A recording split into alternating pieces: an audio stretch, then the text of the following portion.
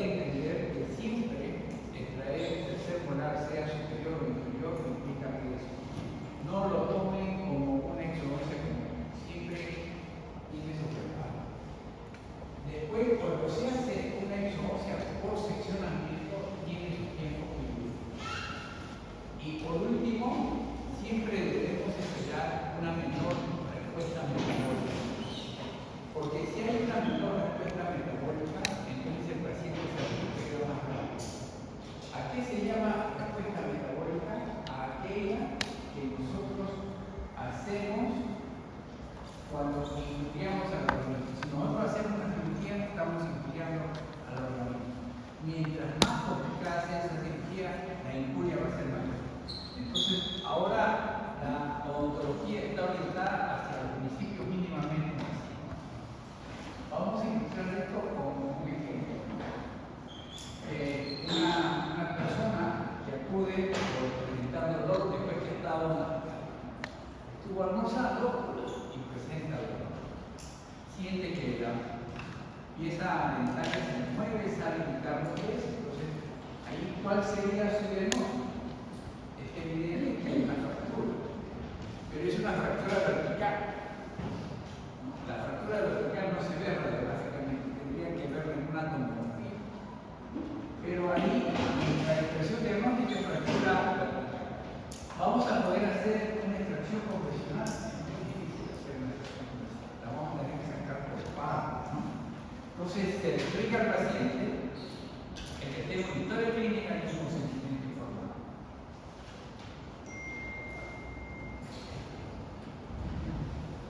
Entonces, para hacer el procedimiento quirúrgico, recordar los pasos. Primero es conservar todas las normas de bioseguridad, lavado de manos, la colocación de los equipos de protección, todo el instrumental tiene que estar aséptico.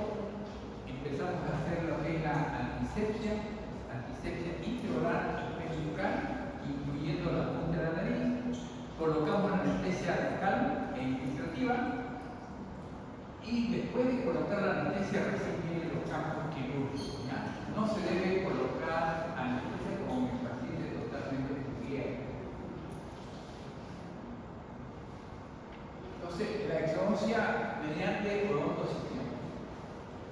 Ahí tenemos dos opciones: hacer un prolapso o simplemente hacer la exodoncia por odontosección dentro del mismo alveolo.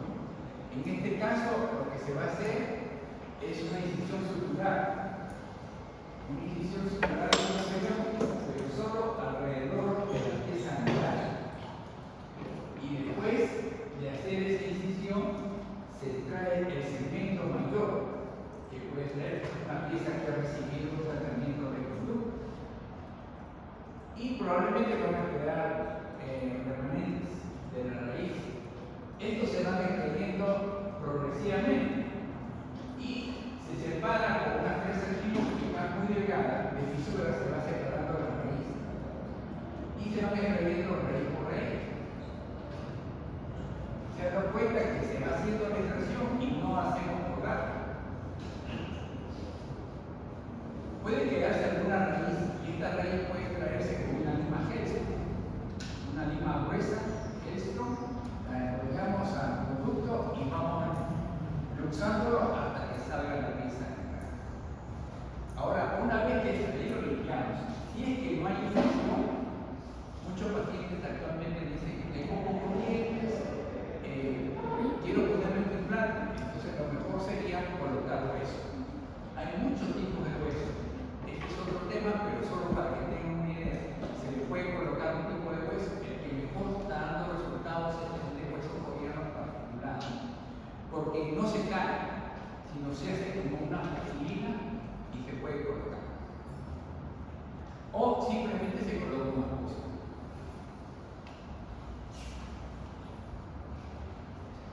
Pero este procedimiento de exodoncia por sección tiene su tiempo quirúrgico. El primero sería la incisión, que puede ser circular. El segundo sería por lado, si diseñamos por lado. El tercero, osteotomía, si tenemos que cortar hueso. Cortar la pieza dentaria sería la odontosección. Hacer limpieza de la herida operatoria y colocar sutura. Si es que hacemos colgajos, tenemos que colocar sutura. Entonces ahí te resumen, si hace un colgajo peligroso, en este caso solo se ha hecho una liberante, o sea, se ha hecho una incisión vertical solo a un lado, se hace una osteotomía y se ponen las raíces, hay que ver la furca. Apenas vemos la furca, podemos ir cortando con una fresa de manera horizontal, primero la corona que queda y después cortar la furca. En caso de molar superior, las dos primeras raíces, mesio y disto vestibular, y llegamos hasta la raíz palatina. Acá es el tope de nuestra fresa. Sacamos estas dos y después ya la raíz palatina. Una vez que se ha hecho esto, ya viene la sutura. Cuando se ha levantado por todos lados, tenemos una sutura. ¿Alguna pregunta? ¿Ya lo han hecho? Entonces, este es lo primero que ustedes tienen que hacer. La exodoncia colgajos. Y antes de la exodoncia colgajos está la exodoncia por seccionamiento. Y es que no necesitan colgajos, hacen seccionamiento. Si con el seccionamiento no lo pueden hacer, tienen que hacer colgajos. Vamos a hablar ahora de las piezas incluidas. Los cráneos humanos, en este caso un cromañón y un hombre actual, difieren en tamaño.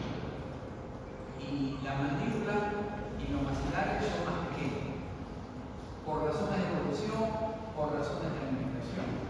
Estos comían carne fundamentalmente cruda, ahora comemos muchos alimentos procesados, entonces nuestra mandíbula, nuestros maxilares filogenéticamente se han achicado, han disminuido. Entonces, las piezas dentales ya no caben. Entonces, acá hay una comparación de un hombre primitivo en la que está en medio, en la que vemos que el Homo sapiens, en la que vemos que predomina el diámetro antero-posterior. En cambio, el hombre actual es más ancho el paladar. Es más ancho. Aquí es más angosto y este es el del cine. Entonces, el hombre primitivo tenía una bóveda palatina similar al del cine.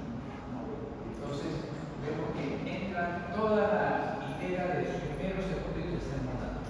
Mientras que en el hombre actual, a veces no ingresa en el tercer molar.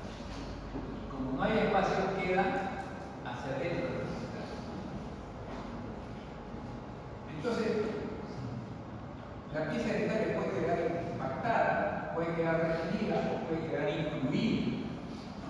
Entonces, por ejemplo, estos caminos y esta pieza que puede ser un supernumerano no van a evolucionar porque tienen una barrera física. En este caso se llama impactación. Esta segunda molar no evoluciona a pesar que no tiene traba. Se llama retención. Y cuando está dentro del hueso se llama inclusión. Entonces,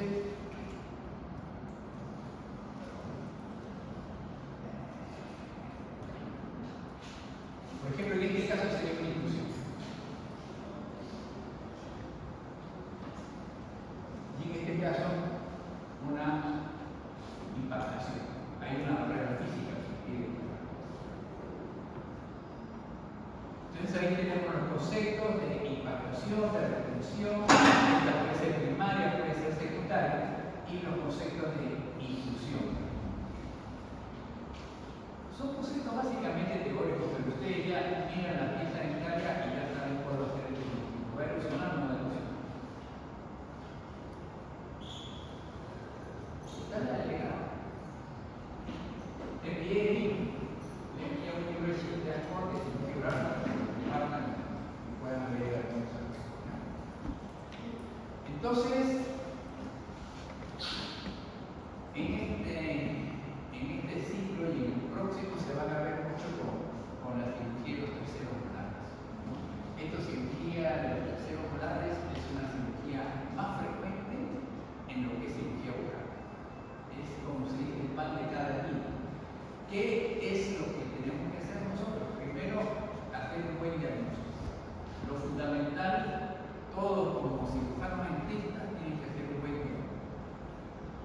Una vez que hacen un buen diagnóstico, deciden que el tratamiento es quirúrgico, no es quirúrgico.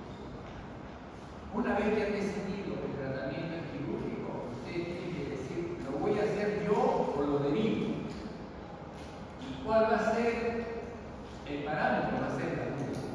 Creo que esto no lo vamos a hacer. Si ya dudas, mejor es que lo derivo. Podemos hacer cirugía de tercer molar, pero tenemos que hacerlo ya. Podemos hacer cirugía de tercer molar de baja complejidad, que es lo que ustedes tienen que hacer. De mediana complejidad cuando llega un síntoma, y cirugía de tercer molar de alta complejidad, eso se lo dejan para el cirujano máximo. Entonces, el 70% de los terceros molares es cirugía de baja complejidad. Quiere decir que lo puede hacer el cirujano dentista de la práctica. Ya un 20% queda de mediana complejidad. Tiene que hacer algún diplomado, un curso de eso. Y solo el 5 o el 10% es lo que va para el cirujano máximo, que es lo de alta calidad. Entonces recuerden, ya, buen diagnóstico, alta, mediana o baja complejidad. Indicaciones, contraindicaciones, complejidad y complejidad. A veces nos derivan muchos pacientes que tienen complicaciones. ¿Y por qué creen que es la complicación? Más un diagnóstico. O sea, el cirujano dentista se ha puesto a hacer una cirugía que no debería haber hecho, debería haberla derivado. Esta es una de las principales causas. Entonces, el enfoque actualmente está basado en el evidencia. Entonces, esos procedimientos frecuentes dicen más frecuente que es el maxilofacial. Tiene indicaciones clínicas, pero son muy variadas. Y tiene necesidad de decisión basada en la evidencia. No solo porque están incluidos los modos extraños.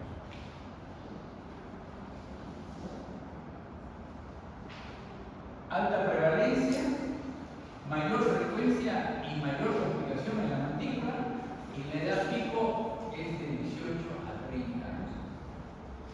Si ustedes tienen una cirugía de un tercer molar de baja complejidad, pero un paciente de 34 o 35 años, lo deben hacer o no.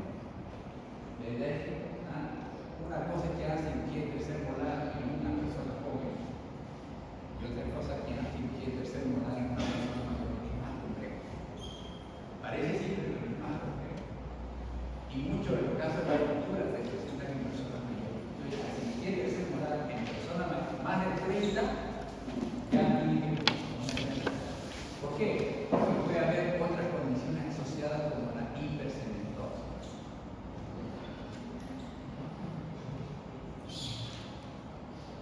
Entonces, en algunas personas sí caben las terceras molares. Entonces, si no hay patología, las terceras molares pueden quedar. Antes nosotros pensábamos que es extracción porfiriana. No se sabe qué es esto. O hay que considerar bien lo que se llama extracción porfiriana. Pero si están las terceras molares, no necesariamente hay que ver.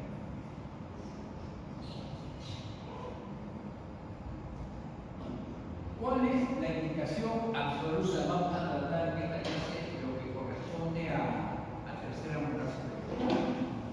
Entonces, la indicación absoluta para una extracción es que hay una calle que no puede ser restaurada por un tratamiento conservador. Cuando haya un quiste o un tumor, miren, esta tercera molar está incluida, pero está asociada a un quiste. Puede ser un quiste, puede ser un tumor. Y cuando hay una enfermedad periodontal hay que tener en cuenta que el maxilar superior es diferente al maxilar inferior en cuanto a la constitución ósea. El maxilar inferior tiene una constitución ósea más densa, mientras que el maxilar superior es más débil, porque si hacemos una fuerza inadecuada, una de las principales complicaciones es la fractura de la tuberosidad. Como ahí ustedes ven, una pieza dentaria con hueso acompañado. Se ha fracturado la tuberosidad, porque se ha creado mucha fuerza. Entonces, la indicación relativa es reabsorción del segundo molar, un plano ortodóntico quirúrgico. Fíjense, no es una indicación absoluta lo que dice el ortodoncista, lo que es el ortodoncista dice, hay que traer el tercer molar. ¿Por qué? Por protocolo. Entonces hay que pensar la relación riesgo-beneficio. Riesgo potencial de patología, y si hay apiñamiento dentario, eso es controversial. Ya no se cree más que porque están las terceras molares, los dientes inferiores están apiñados. Por ejemplo, ahí ustedes ven estas dentarias incluidas, portales superiores y portales inferiores.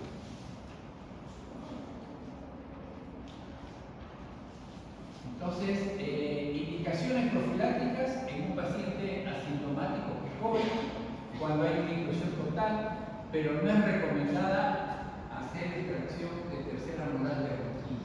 No porque veamos una tercera, ya hago la tercera. Y antes lo hacíamos con récord. No, necesito mi récord, saco la tercera. No es necesario. No es indicación. Contraindicación de edad de tercera. Que sea muy joven o que sea ya muy mayor para ser tercera molar.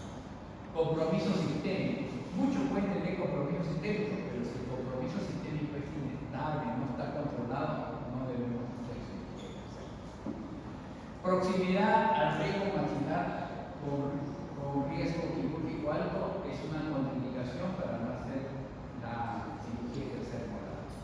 El criterio actual ya no es quirúrgico, ¿no? Sino es un criterio biológico que debe intervenir cuando exista patología.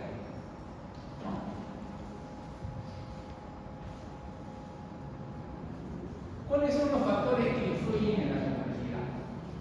La posición. La posición la vamos a clasificar según Winter. La vamos a ver en el siguiente. La profundidad según índice de Pelligré.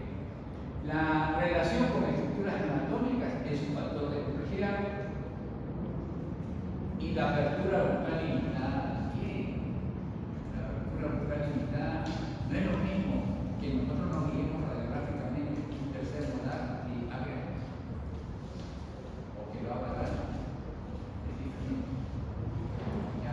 Otro aspecto importante es siempre que vamos a hacer una cirugía tercer molar, evaluar inclusive el mismo día, ¿no? Porque puede ser que en la historia general no lo hayan evaluado o no hayan dicho, pero el mismo día que usted va a hacer la cirugía le puede decir, abra la boca, cierre, para que se dé cuenta si es que hay dolor o no. Porque muchos pacientes dicen, antes de la cirugía yo no tenía dolor. Después de la cirugía, estoy con mucho, me ha hecho daño, me ha hecho una diatrofia, voy a denunciar.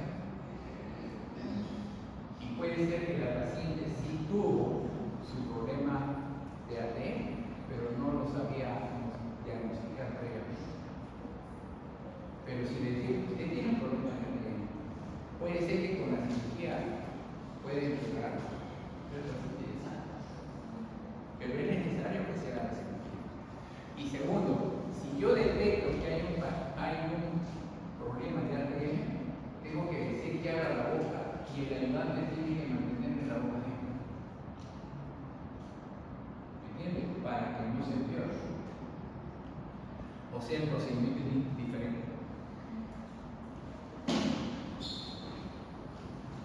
Entonces, por ejemplo, en cuanto a la posición, de acuerdo a esto, puede ser vertical, puede ser horizontal, puede ser necio angular, patito angular.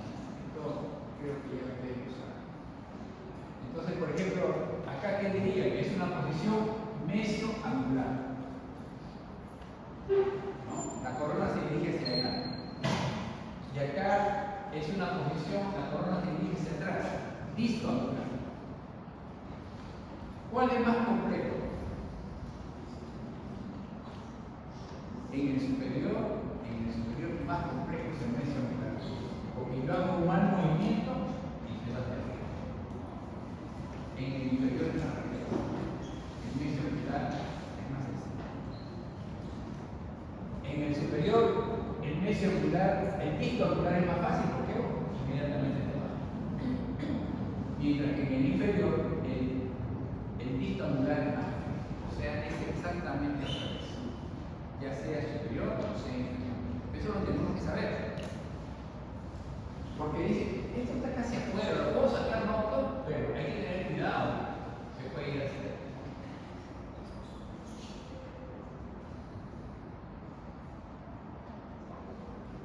Entonces, refiriendo, ¿no? La complejidad se divide en baja complejidad, moderada complejidad, alta complejidad. Y ahí tienen algunos parámetros para hacer. Ahora acuérdense, baja complejidad, alta demanda. Baja complejidad, alta demanda. Quiere decir que la mayoría pudiera tener tercera molar incluida de baja complejidad. O sea, ustedes tienen trabajo para hacer. Mediana complejidad, más o menos demanda. Y alta complejidad, no mucha demanda. Y baja y moderada lo puede hacer el cirujano dentista de práctica. Alta complejidad para el máximo. Entonces los criterios son posición anulación, ubicación respecto al plano cruzado, el saco folicular, la edad del paciente y la relación con el seno maxilar.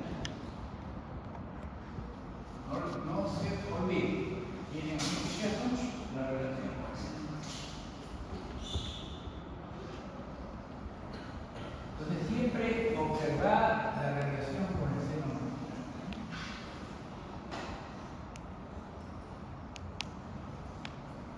Una de las indicaciones es hacer un buen diagnóstico. Y el diagnóstico necesariamente cirugía es fundamentalmente clínica.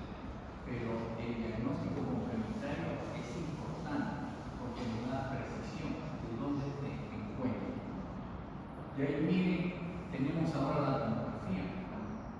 Entonces no duden en tomar tomografía. ¿Saben lo que hacían hace 20 años? O 15 años decían, no, pero una tomografía cuesta mucho, el paciente no lo puede hacer. Y podía hacerlo bien. Pero hace 20 años el paciente no denunciaba. Ahora el paciente te denuncia.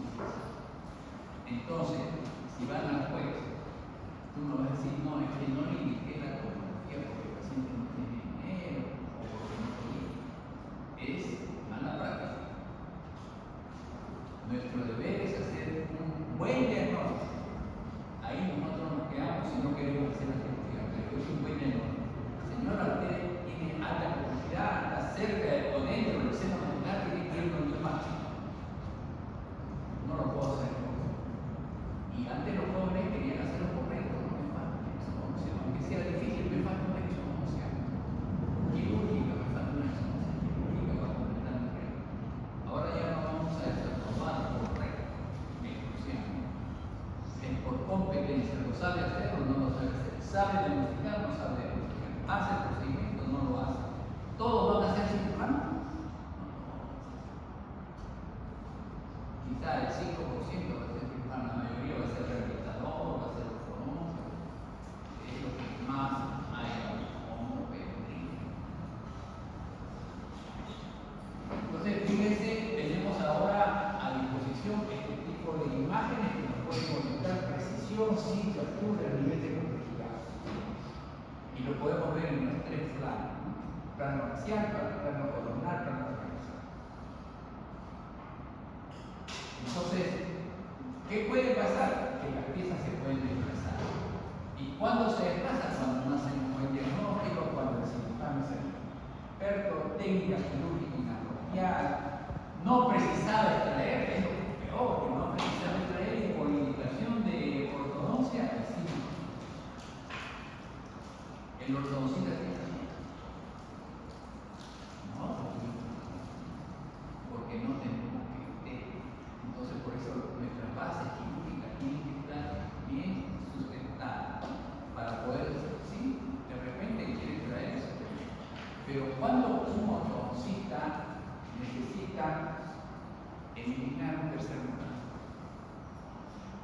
segundo molar lo voy a llevar hacia atrás. Entonces necesito el espacio. Tiene que salir ese tercer molar. Pero si no voy a utilizar una técnica que lleve la molar para atrás, por protocolo, hay que ponerlo en una balanza riesgo beneficio.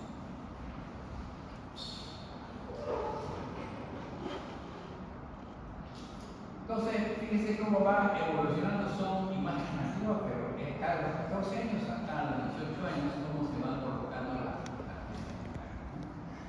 Entonces, ya estamos listos para la cirugía, ya le explicamos al paciente, los riesgos, los beneficios, las ventajas y las desventajas. Ya vamos a operar, pero antes de operar, hay un breve test que debemos hacer. El test es decir, ya como está en la silla, ¿qué te considera nervioso? El paciente no. ¿Usted duerme bien? Bueno, sí duermo, pero me demoro, y si me despierto ya no puedo volver a dormir. Usted ve que tiene ojeras, que no duerme bien, y si hay alteración del sueño, hay cierta elevación del cortisol, por lo tanto es un paciente que puede considerarse que está en un estado de no tranquilidad. Me sudan las manos, a veces nunca me sudan y tengo las manos porque está nervioso, está frente. Y la última parte del test dice, cierre los ojos. Cuando uno cerramos los ojos se caen así los ojos como persianas. Abra los ojos. Cierra los ojos. El paciente ansioso le dice, cierra los ojos. Realmente ya sabe que es un paciente ansioso. Entonces, quizás haya que medicarlo. Quizás no sea paciente. Pero esto es importante. Y otro, tiene problemas de articulación. Abra la boca, cierre la boca. Ingresan 3 dedos. No, ingresan 2 dedos. Tengo limitación. Ya sé que es más complejo, entonces le tengo que explicar al paciente. Puede tener tríneo porque voy a obligarme a usar una rebote. Y después la repetir. No va a decir, me hicieron una mala cirugía, ahora no puedo abrir la boca, me duele la respiración, porque los pacientes actualmente están así. Y lo que dice, pero es una ansiedad. ¿Cómo me va a denunciar? No, la guía se olvidó y te. ¿Y por qué? Porque el abogado ahora le dice, no vale nada. Tiene cargo, tiene casa, tiene consultorio, después me hace el 10% de lo que le saqué. Entonces, cuando lleguemos a un proceso legal, se van a dar cuenta de todas las denuncias y la mayoría de las denuncias es que el paciente es incentivado. ¿Y quién incentiva al paciente a que denuncie? El otro colega. ¿Dónde te han hecho endodoncia? ¿Dónde te han hecho la ortodoncia? Te han hecho nada. Y eso no necesitamos hacer. No es ético. Porque cuando hablamos con los colegas que trabajan en medicina legal o odontología forense, la mayoría de los pacientes no. Y cuando el paciente mueve los ojos, usted le hace un videíto y le dice, mira cómo es ansiosa, es una cirugía, te vamos a dar una premedicación, si amerita. O por ejemplo, voy a tratar a un niño, a veces los adultos dicen, voy a tratar a un niño de 15 años, me voy a hacer una cirugía por seccionamiento. El niño está aquí. No estamos seguros de que el niño sea.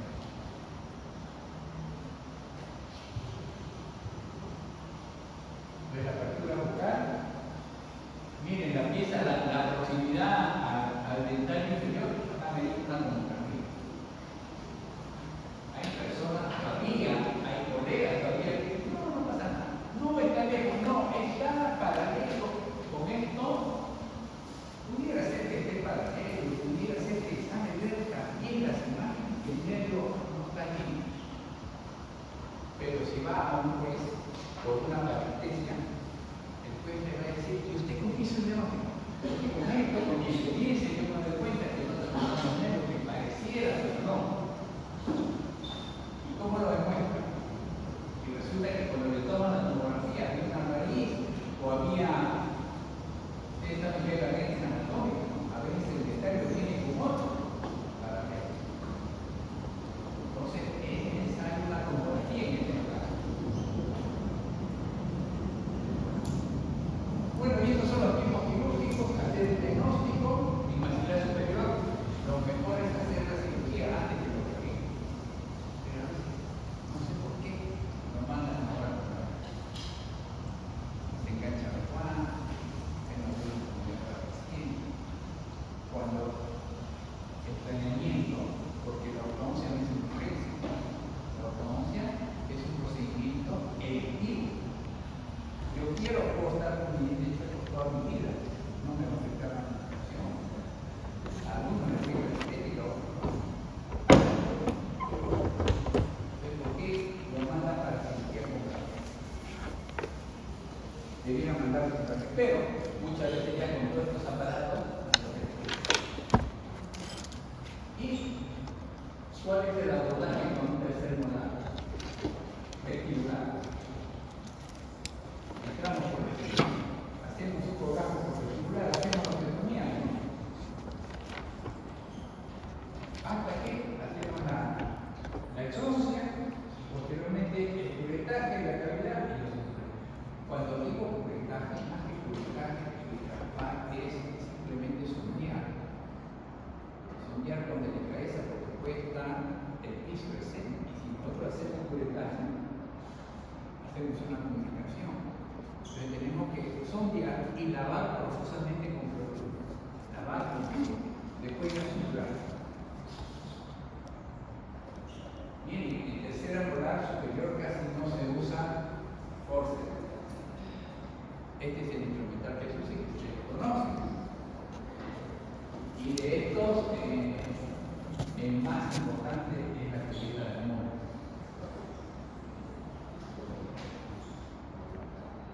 ¿Cómo se llama? Perdón, es el periostótomo. Pero le decimos regla, pero es periostótomo, porque ¿qué vamos a hacer? Vamos a levantar el periostótomo. En cirugía bucal, nuestros problemas no son bucales, son envolventes, son a espesor total, son mucoperióstomos. Y esto básicamente lo que usan, y eso es un cordalero. Si ustedes se dan cuenta que es un corte que tiene hacia arriba la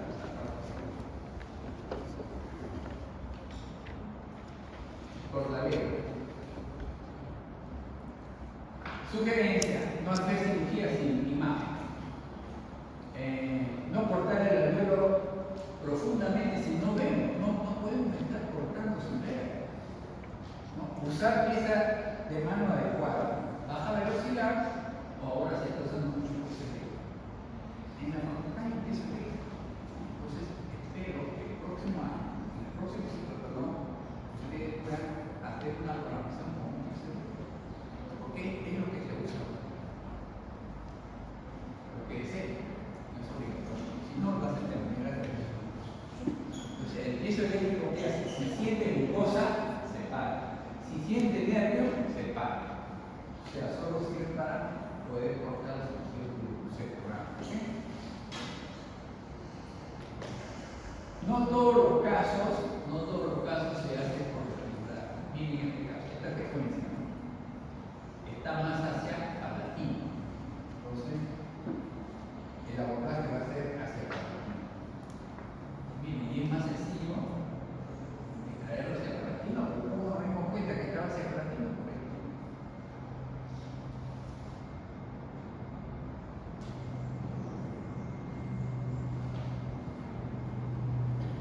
Acá está la secuencia.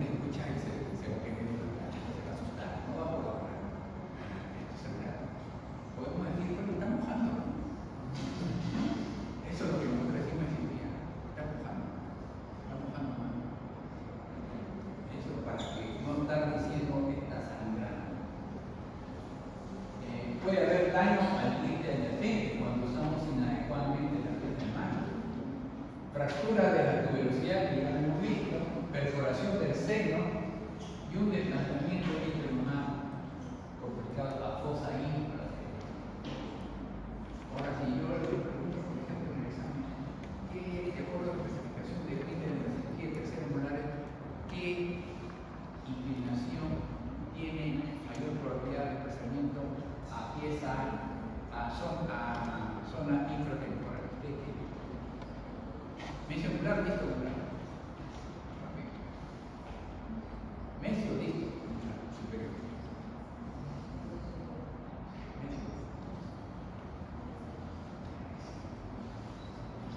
Correcto. Todos saben como que no se anima nada. ¿Y por qué es? Porque no se sabe nada. Estas son las complicaciones de las casas. Bien, es bastante larga. El tercer molar no es cuestión de mayor agua, está facilita, se ve, puede haber dolor persistente, enema, ulceración en la vejiga, hemorragia de la alveolitis seca, infección, la comisura bucal puede provocarse con el calor de la piel de mano, aparición de aftas o lesiones herpéticas, ulceración del pilar anterior, donde está la fibra, enfisema subcutáneo, entonces, esto más que nada es para que ustedes tengan en cuenta que tienen que hacer un diagnóstico preciso, un tratamiento adecuado. Miren, ahí hay aumento de volumen por estar traccionando demasiado la mucosa. Al traccionar demasiado, por eso tienen que ser cuidadosos. Cuando uno va a traccionar, tiene que no puede traccionar así porque está bien, ¿no? A veces el ayudante de cirugía de semana no puede ver nada, solamente el cirujano me dice, coloca y queda aquí. Pero si yo quiero ver, voy a hacer así, voy a jalar más. En cambio, este es diferente, este es mi sección. Miren el ojo, este es el iris. Ahí hay infección. Acá hay trauma, acá hay infección. ¿En qué se diferencia? En el color. ¿Me dan cuenta? Entonces, siempre que vemos una cancha, ¿será solo trauma o no? Dos cosas que hay que determinar. Y esto, este se la dio cuando fue un tercero. Fractura de tuberosidad. Mirando más ustedes, fractura de tuberosidad. Sacó la molar un hueso. Fractura de tuberosidad. Está la pieza dentaria. Aquí hay comunicación con seno. El paciente puede curar, ser un paciente sano. Y después vienen los pólipos. Los pólipos que vienen del seno. Ustedes se dan cuenta todos los procedimientos que vienen de un inadecuado. El algoritmo sería: ¿existe patología? Sí, extraer. ¿No existe? Evaluar riesgo.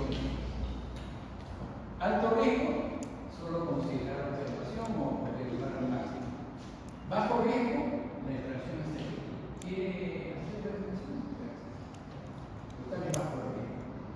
Lo que ustedes debieran hacer es extracción selectiva de bajo riesgo. Empezar la tercera incluida con extracciones selectivas de bajo riesgo. La extracción elimina riesgo futuro, pero tiene complicación. La cirugía evita riesgo, pero hay que estar observando. Por ejemplo, si yo estoy sospechando que puede haber un diente, tengo que decir: venga a los 6 meses para tomar un control. Venga al año para tomar un control. Y todo anotado en el historia.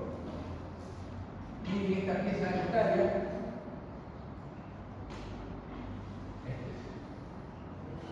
Esta está más alta, esta está más baja aparentemente, y total que hicieron la extracción y la pieza se fue para la fosa infratemporal.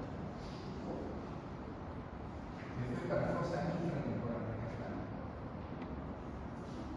Miren, acá está la fosa infratemporal. Felizmente en este caso se pudo hacer la hizo mal. Igual, miren esta pieza en fosa infratemporal. Las recomendaciones, ¿no? Para el dolor analgésico, para el sangrado ácido tranexámico, ¿no? Ya vamos a seguir hablando de eso. Dieta, la dieta tiene que ser una dieta blanda, ¿no?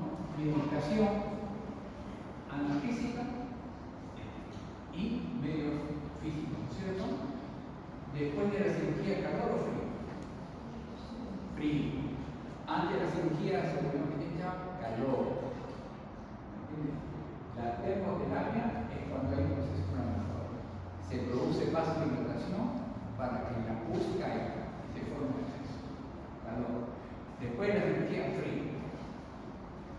Y puede ser lo que ahora se está usando bastante fotomodulación para reducir el edema.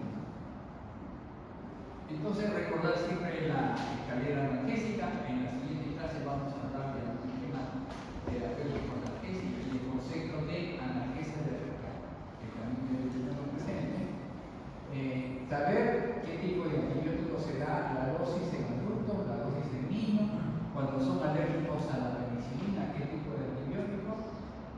Pero lo más importante es cuándo doy antibiótico. Yo estoy seguro que ustedes, si yo les preguntara cuáles son los criterios para prescripción del antibiótico, todos me dirán, son tres criterios, ¿no es cierto?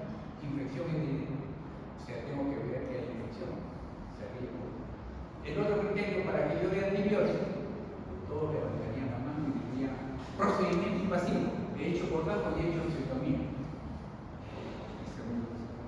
Y el tercer criterio, enfermedad de fondo. Si estoy atendiendo a un diabético, aunque sea compensado, ¿qué tengo que hacer? Entonces, los criterios para la prescripción de antibióticos son infección evidente, procedimiento invasivo, enfermedad de fondo.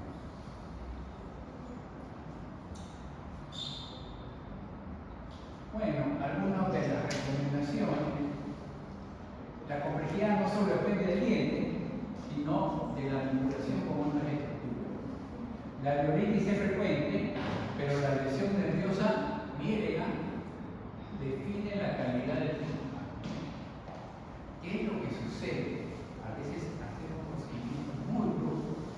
No se trata de extraer, sino de seleccionar correctamente al paciente.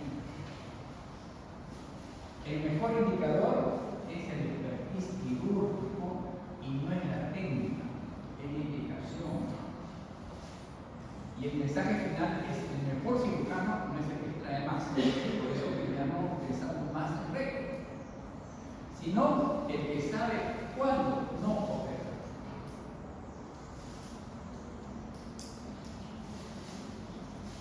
Evaluación individual es clave, todos no son iguales. Entonces, cuando a mí me hablan de protocolo, yo tengo que parar siempre porque el protocolo significa que todos iguales. Entonces, yo tengo que hablar de equipo. ¿Y cuál es la diferencia entre protocolo y equipo? Por ejemplo, yo entro a sala de operaciones, lo primero que tengo que hacer es lavarme, cambiarme, y eso siempre va a ser lo mismo, ponerme el protector. ¿Sí? Cuando yo entro a una iglesia católica, primero me persigno. Siempre va a ser ese protocolo. Y guía son las pautas que puedo hacer. Por ejemplo, las pautas son 1, 2, 3, 4, 5. Pero en este caso le doy de 2 a 3. Es guía, en cambio el protocolo es rígido. Y acá te dice que no todos son iguales. Entonces, para cada protocolo es guía. Para la ciencia de licencia es protocolo. Para el procedimiento es guía, en algunos casos. No toda inclusión, y eso es lo que debe crearse, tiene sentido. Y siempre el riesgo no es. Si el beneficio es mayor, se procede. Si el riesgo es igual, ya lo dudo. Y si el riesgo es mayor, no se hace. algunas